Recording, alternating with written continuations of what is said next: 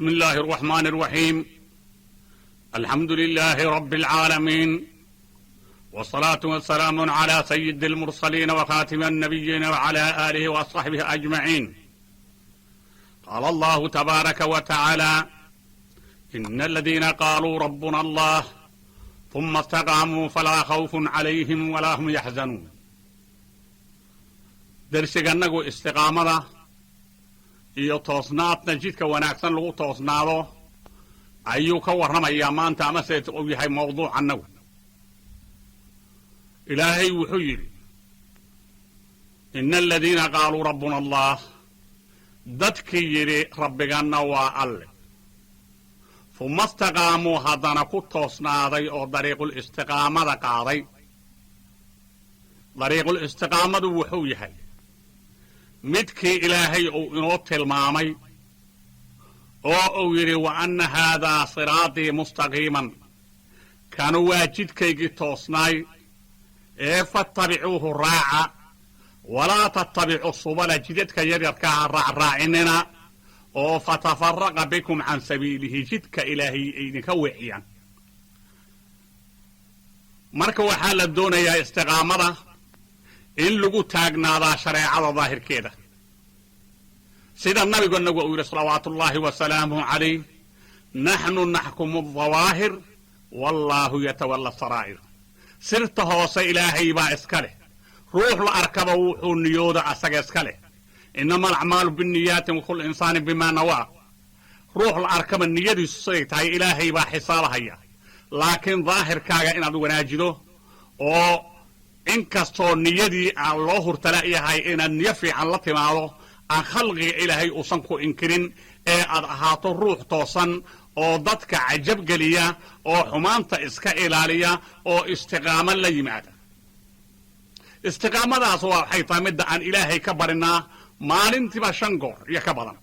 oo maxay tahay? ihdina siraada almustaqiima ayaanu nidhaa. salaada markii la dukanayo dhowr goor baan waxaan ku dhawaaqnaa ihdina siraada almustaqiim. siraadkaas mustaqiimkaa marka wuxuu yahay mid jidkaa ilaahay naga doonahayo oo ah nabigi salawaatullaahi wasalaamuhu calayh jidkii uu yidhi: in kuntum tuxibuuna allaha, war haddaad ilaahay jeceshihiin, fattabicuunii, aniga iraaca oo waxaad yeeshaan taaka taako aniga camalkayga oo kale yeela, sida anigu aan idin horseeday qowlan wa ficlan iyo ictiqaad intaba wixii aan anigu idin soo jeeday raaca. markaasaa ilaahayna idin jeclaanayaa, aniguna aad noqonaysiin ummaddii anigu la ii soo diray oo suubaneed aad noqonaysiin. markaasaan idiin shafeecayaa qiyaamaha haddii la gaaro. marka jidkaa wanaagsan ayaana laka doonayaa. marka istiqaamada jidkeedu waa in shareecada lagu toosnaataa, waa in aadaabta lagu toosnaadaa. waa kii la yidhi: kun ibni man shi'ta, ninkaa doonto inankiisa ahaw, faktasib iladab. ninkaad doonto inankiisa ahaw, laakiin adab adigu weligaa kasbo. shaygan istiqaamada la yidhaahdo waa aadaabta oo idil midda kulminaysa. waa midda ilaahay uu yidhi, ilaahay rasuulkiisa uu yidhi salawaatu ullahi wasalaamu calayh: al-istiqaamatu khayrun min 1000 karaama. 1000 karaamo oo lagu tuso baddaas korkeeda ee nin iyo masalla dhigto korkeeda uu ku dukado, ama hawadan keligii uu ku duulo, waxaa ka toosan oo ka wanaagsan shayga istiqaamada la yidhahdo, shareecada inuu ku toosnaado. marka istiqaamadaas ayaa la doonayaa in shareecada lagu toosnaado. shareecada ku toosnaata maxay tahay? marka nafsadaada inaad halaaga ka ilaalido, inaad tabcato, inaad ummadda mida ku intifaacaad noqoto, inaad masalul acla ummadda u noqoto ay ku dadaan. haddaad madax tahay inaad ahaato kii xaqa wax ku hogaamiya. haddaad madax lagu yahay inaad ahaato xaqa kii raaca oo marna ka weecan. marka xaqa ka weecashadiisa waxaa ka mid ah dadka madaxda ah ee ilaahay madaxda uu ka dhigay inaan laga hor imaanin baa la doonayaa. haddaad ka hor timaado waxaad tahay jidkii istiqaamada ninka leexday. waxaad noqonaysaa nin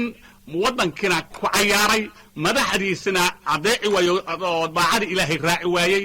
maxaa jira daacada ilaahay la raacaa 3 walxaaday ka kooban tahay: atiicu llaha wa atiicu rasuula wa ulul amri minkum. atiicu llaha, war ilaahay ateeca oo maxaad ku adeecaysaan shareecadii ilaahay idiin soo gudbiyey nabiga uu idiin soo diray qur'aanka kariimka ah axaadiista nabawiga ah oo saxiixa ah raaca kuwa oo ku camal fala adiicu llaha wa adiicu rasuula rasuula adeeca oo sunnadiisi faafiya ku dayda asaga wax alla wuxuu noola yimid oo qowl iyo ficil ahaa ku dayda maxaa jira in raac nabiga waa waajib waa ku yidhi shaacirkii wa kullu maa ataa bihi rasuulu faxaquhu altasliimu walqabuul wax alla wixii rasuulku uu la yimid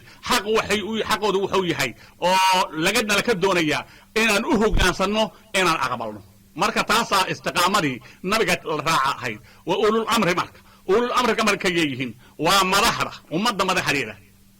ummadda madaxdeeda ninkaasoo ama qoys madax u ahaado ama koox madax u ahaado ama ummad meel degan madax u ahaado ama dawlad dhisan madax u ahaado marka madaxda in la raacaa nasul kitaab alqur'aan ayuu waajib ku yahay sunnada nabigay waajib ku tahay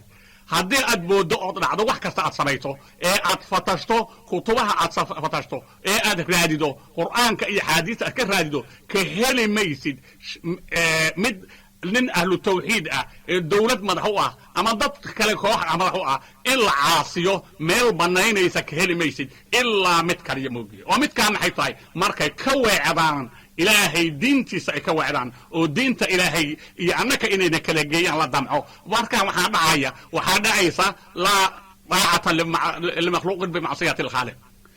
ruux makhluuqa lagu adeeci maayo ilaahay in la caasiyo taasaa marka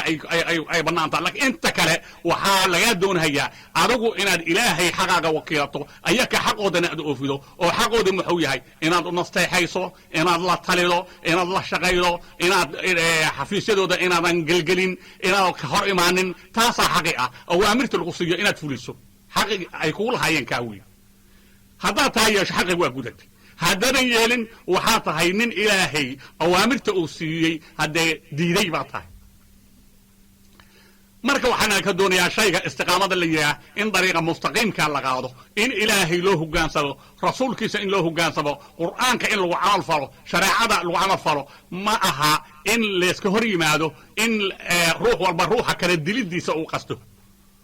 nabigu wuxuu yidhi salawaatu ullahi wasalaamu calayh alqaatilu waalmaqtuulu ruuxa qaatilka iyo ruuxa maqtuulka oo la dilay kii la dilay iyo kii wax dilayba labadoodu waa ahlu naar buu